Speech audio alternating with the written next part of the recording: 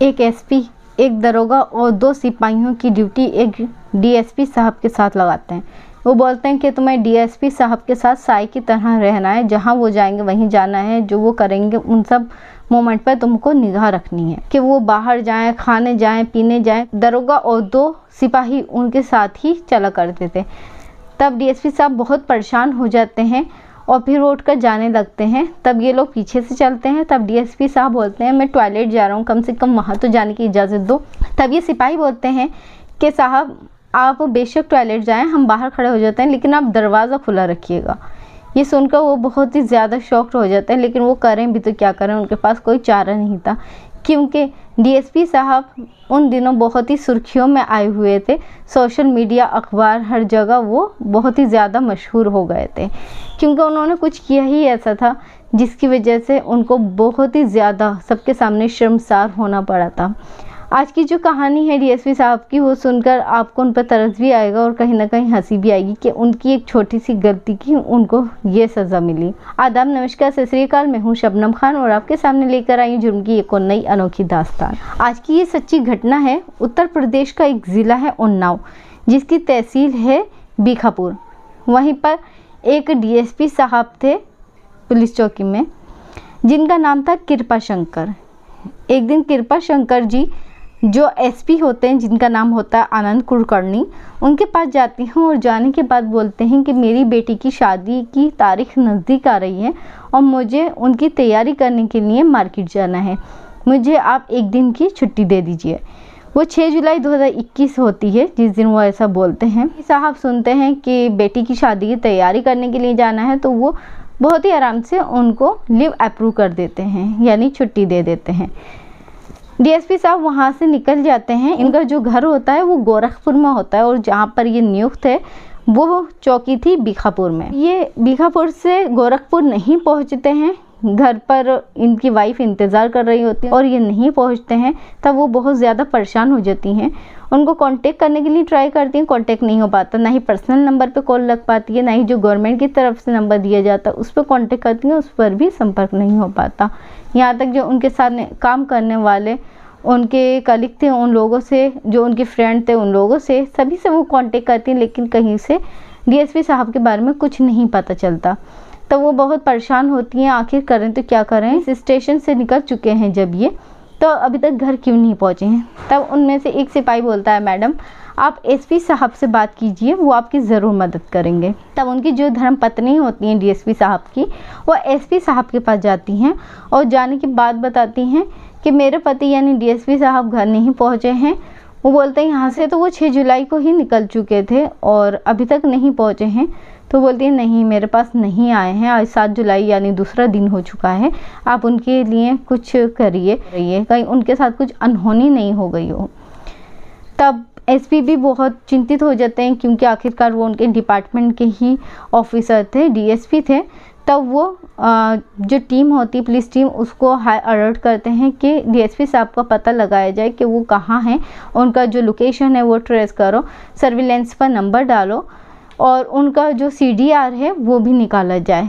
इसी तरह से सीडीआर निकलने में तो क्योंकि थोड़ा समय लगता है, लेकिन लोकेशन जल्दी ट्रैक कर ली जाती है। तो जो डीएसपी साहब होते हैं उनकी लोकेशन ट्रैक हो जाती है जल्दी, और लोकेशन ट्रैक होने पर पता चलता है कि उनकी जो मोबाइल की लास्ट लोकेशन आ रही है, कानपुर का एक इलाका है मीराबार, वहीं का माल रोड की लास्ट लोकेशन दिखा रहा है। ऑर्डर था कि उनको जल्द से जल्द ढूंढा जाए। जो टीम रहती है वो लोकेशन ट्रैक करते करते उसी जगह पर पहुंच जाती है।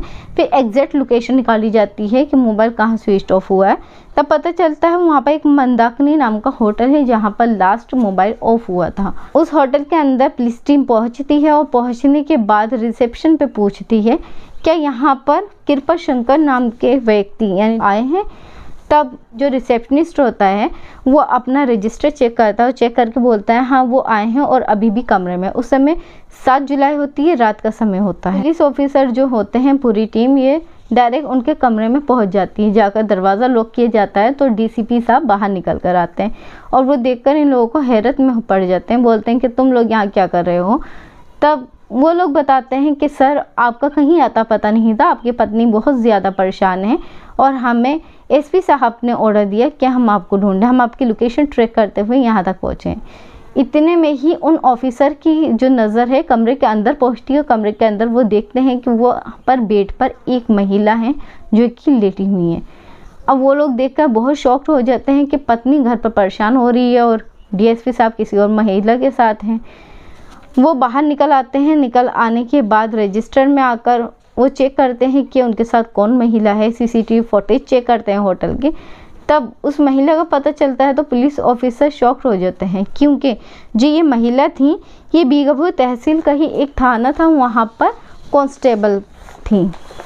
अब ये लेडीज़ कांस्टेबल डीएसपी साहब के साथ इस हालत में होटल के कमरे में, ये सब बहुत ही शर्मनाक था।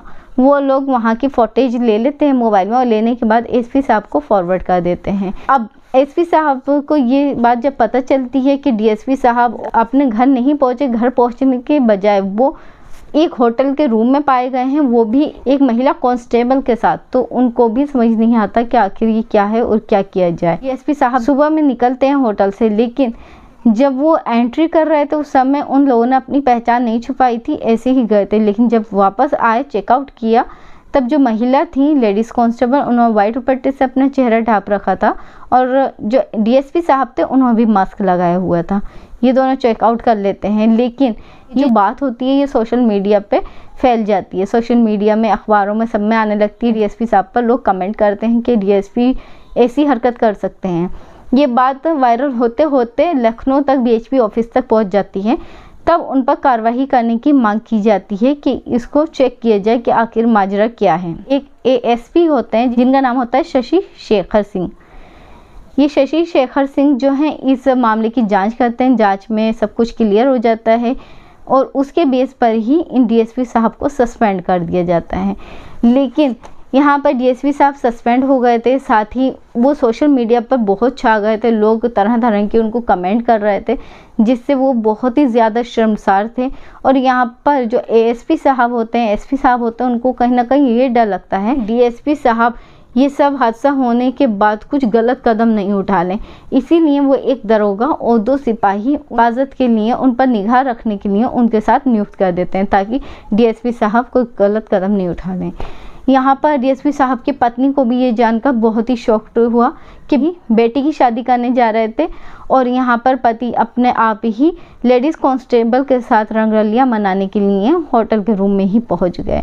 यहाँ पर एक डीएसपी साहब ने छोटी सी गलती की, उन्होंने एक संबंध कायम किया और उसकी भनक पड़ गई पुलिस को और सोशल मीडिया को, जिसकी वजह से उनको इतनी बेइज्जती का सामना करना पड़ा। लेडीज़ कांस्टेबल भी बहुत शर्मसार हो गई और कुछ दिन की छुट्टियां लेकर घर चली गई। यहाँ पर हम सिर्फ इतना ही कहना चाहेंगे कि सभी ऑफिसर ऐसे नहीं होते, लेकिन कुछ ऑफिसर होते हैं जिनकी वजह से समाज का नाम बदनाम होता है।